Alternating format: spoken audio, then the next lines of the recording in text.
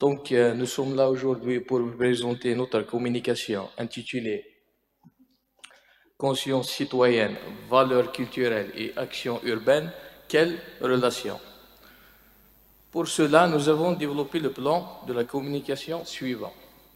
Commence par une petite introduction, questionnement, la ville comme œuvre et histoire d'idées, culture et acculturation, valeurs culturelles et conscience citoyenne, actes de citoyenneté et actions urbaines, et on termine par une petite conclusion. De nos jours, nous assistons à une gouvernance inadaptée des villes algériennes, tant au niveau de l'occupation massive et inappropriée des espaces publics, le comportement individualiste quant à l'utilisation des moyens de transport, de déplacement, ainsi que des styles architecturaux anarchiques des bâtisses.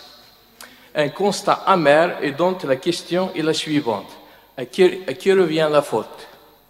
C'est vrai que le mode de gouvernance urbain de l'État reste inadéquat et moins convaincant, mais n'est-il pas pertinent de s'interroger sur d'autres facteurs, en l'occurrence la conscience citoyenne et le comportement d'origine culturelle de nos concitoyens eux-mêmes? Questionnement. Donc, à travers ce travail, nous avons essayé d'expliquer comment les individus dont le comportement est d'origine culturelle peuvent-ils contribuer à travers des actions urbaines à la bonne gouvernance de des villes algériennes. La ville est considérée comme œuvre et histoire d'idées. D'abord comme œuvre. Donc, c'est le fruit et la mémoire de l'évolution de l'homme par rapport à son milieu original qui est la nature. Au second, histoire d'idées, donc d'après Karl Marx, pensait que la dualité ville-campagne constituait une dynamique essentielle dans l'histoire et qu'elle reflétait les deux idées, travail matériel qui est quelque chose de concret et de palpable, et travail spirituel qui est immatériel, abstrait et qui représente des pensées, etc.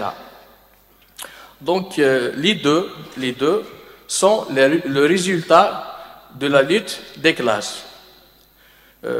Une classe qui valorise le capital et qui le considère comme source de richesse, la deuxième classe qui valorise la force de travail et qui la considère comme source de richesse.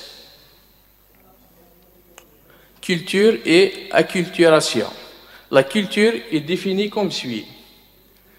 Ensemble cohérent de pratiques et d'idées qui constituent un héritage social et qui se transmet entre les générations. Manière de penser, de sentir et d'agir, etc. Par ailleurs, l'acculturation est la prise en compte de ce qui... L'acculturation est la prise en compte de ce qui se joue quand deux ou plusieurs cultures rentrent en contact, ce qui crée des interactions. Valeurs culturelles et conscience citoyenne. Donc Robert Park définit la ville comme un laboratoire social. Pour lui, il nous parle d'une éventuelle fusion entre une culture tribale et à régionale. Ces deux, avec le temps, ils vont disparaître et vont laisser place à l'opinion publique et à la loi positive et objective. Actes de citoyenneté et actions urbaines. Mais, c'est-à-dire, si on parlait du passage de la société tribale, régionale, vers des pensées logiques et la loi positive, donc il y a du travail à faire, mais pour cela, pour arriver à cela, il faut l'implication du citoyen par des actions de citoyenneté.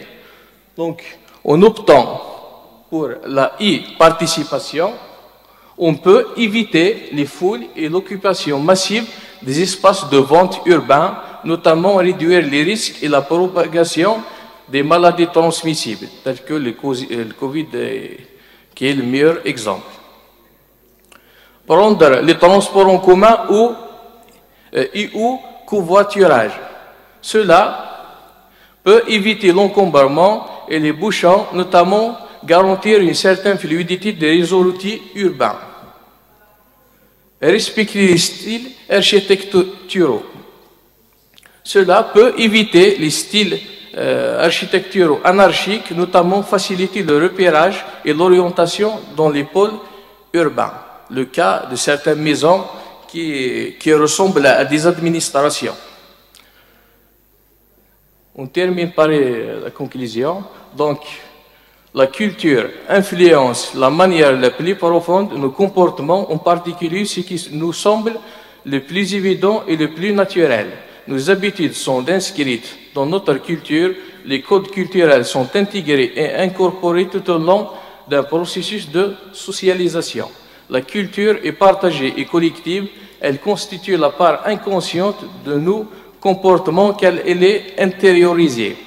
Nos comportements sont dirigés par des significations profondes qui dépassent notre vie individuelle, les décisions et les choix possibles ne sont pas illimités.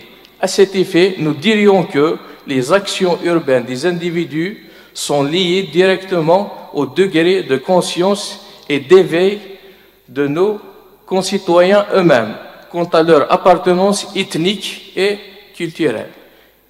Et je vous remercie de votre attention.